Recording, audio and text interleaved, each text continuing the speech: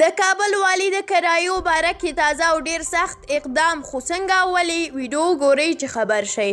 د کابل والی محمد یعقوب حیدري وایي افغانستان د کرونا له کبله په عادي حالات کې نه دی. له همدې کبله دی د هټیو او کورونو مالکان له خپلو مستاجرانو څخه کرایه نه اخلي. نوموړي له کرونا سره د مبارزې اضطراري کمیټې د میاشتنۍ راپور شریکولو غونډه کې وویل هغه مستاجران چې د قرنطین له کبله زیانمن شوي دي باید خپلو مالکانو ته د هټیو او کورونو کرایه ورنکړي. ښاغلي حیدري وویل اوس دا موضوع په ډیره نرمه مطرح کوي خو که د کورونو او هټیو مالکانو جدي ونه نیوله نو د قانون له مخې به له زوره ورسره کار اخیستل کیږي.